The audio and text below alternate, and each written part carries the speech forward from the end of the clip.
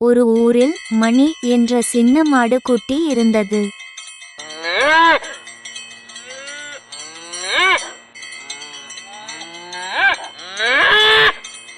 எல்லா பறவைகளும் பாடும்போது மணிக்கும் பாடணும் ஆசை. ஆனா அவன் குரல் சின்ன சின்ன சத்தம்தான்.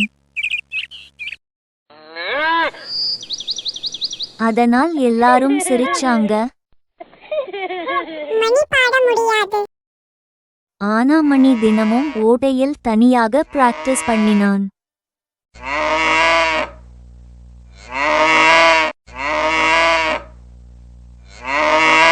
ஒரு நாள் ஓடையில விழுந்த பூனை கத்தினது. யாருக்கும் கேட்கல. ஆனா மணியின் சத்தம் எல்லாருக்கும் கேட்டுச்சு.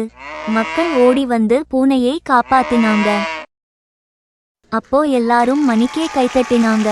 சின்ன குரல் இருந்தாலும் நல்ல செயல் பெரியதாக இருக்கும்.